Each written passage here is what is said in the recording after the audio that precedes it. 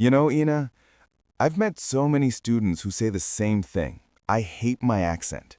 They say it like it's something wrong with them, like a scar they need to hide. I know. I used to feel that way too. Every time I spoke English, I could hear my accent, and it made me shrink inside. I thought people would laugh or judge me or think I wasn't good enough. That's the tragedy, isn't it? Somewhere along the way, someone convinced us that different means wrong. But the truth is, your accent is not a mistake. It's a story. Every sound you make carries your journey, your roots, your courage. A story? I never thought of it like that. I always thought accent was just something to fix. That's what the world tells us. But think about it. When someone speaks English with a British accent, we don't say it's wrong. When it's American, Australian, or Irish, we call it unique. But when it's from India or Bangladesh or Japan, suddenly it's broken. That's not language, that's bias. That's so true. I used to practice for hours trying to sound American. I'd mimic the R's, the rhythm, the pitch, but no matter how much I tried, I could still hear my old accent hiding underneath. Of course, because your voice is like a fingerprint. It's yours. It's made of your first language, your culture, your emotions. Trying to erase your accent is like trying to erase where you come from. But sometimes I feel like people don't take me seriously when they hear my accent, like they judge my intelligence based on how I sound. I understand. That's painful. But here's the truth. People who judge your accent are often the ones who can't see beyond words. The right people, the ones who matter, they'll hear your message, not your mistakes. But how do I stop feeling embarrassed when I hear myself speak? Start by listening with love. When you record yourself, don't search for flaws, search for strength. Notice the music in your voice. Notice how it carries the sound of two worlds, your mother tongue and English. That's not something to be ashamed of. That's something to celebrate. A story? I never thought of it like that. I always thought accent was just something to fix. It's your identity. Imagine a world where everyone sounded the same. It would be flat, lifeless, robotic. Your accent adds color. It tells others, I worked hard to speak this language. I built this skill sound by sound. Every vowel you say in English is a victory. So when people say, you have an accent, maybe that's not an insult. It's proof that I'm bilingual, that I have two voices in me. Exactly. And that's rare, Ina. That's power. Do you know how many people never step out of their language, never risk sounding awkward, never open that door to another culture? You did. That's bravery. You know, when I was in school, my teacher once laughed when I pronounced a word wrong. Everyone laughed. And from that day, I started speaking less in English. I thought it's safer to stay quiet. That's heartbreaking. But I want you to remember something. The day you decided to stay silent, the world lost your voice. Don't let one moment of mockery erase years of effort. You don't owe anyone perfection. You owe yourself expression. I wish someone told me that earlier. For years, I measured my worth by how native I sounded. I never realized that my accent was actually the sound of me trying. That's the most beautiful way to put it. Your accent is the sound of courage. It's the sound of learning, of reaching across borders, of saying, I won't stay silent. Every syllable you carry the memory of where you began and how far you've come. It's strange. I feel emotional hearing that. I used to record my voice, then delete it right away because I hated how it sounded.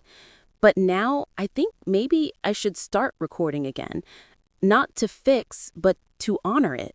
Yes, record to remember, not to erase. Listen to the melody of your effort. You might be surprised by how human it sounds, how honest. You know, when I listen to native speakers, their accent tells me where they come from. American, British, Australian.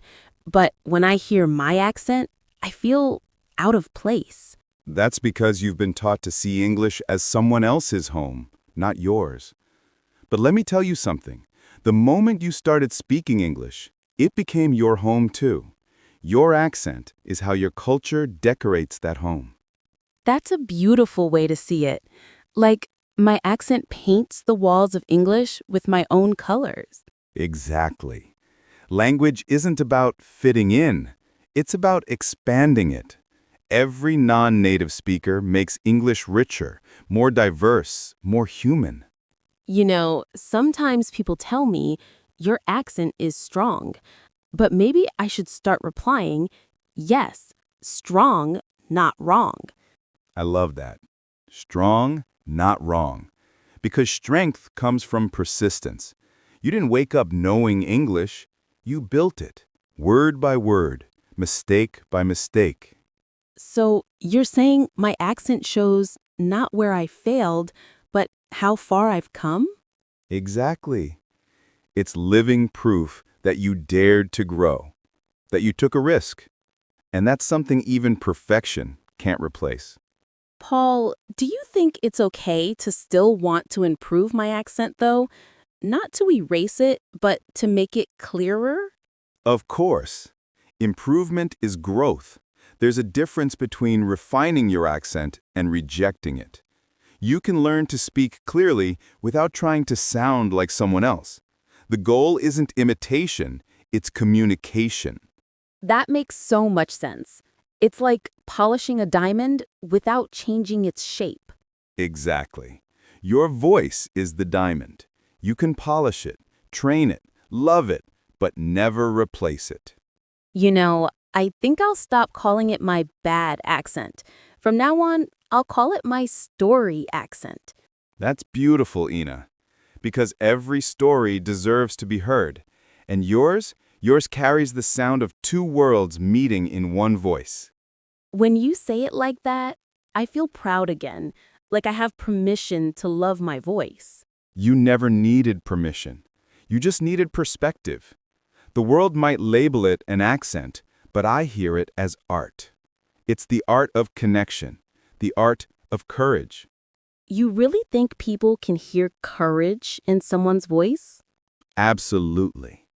You can hear honesty in tone, fear in hesitation, love in rhythm, and courage in accent.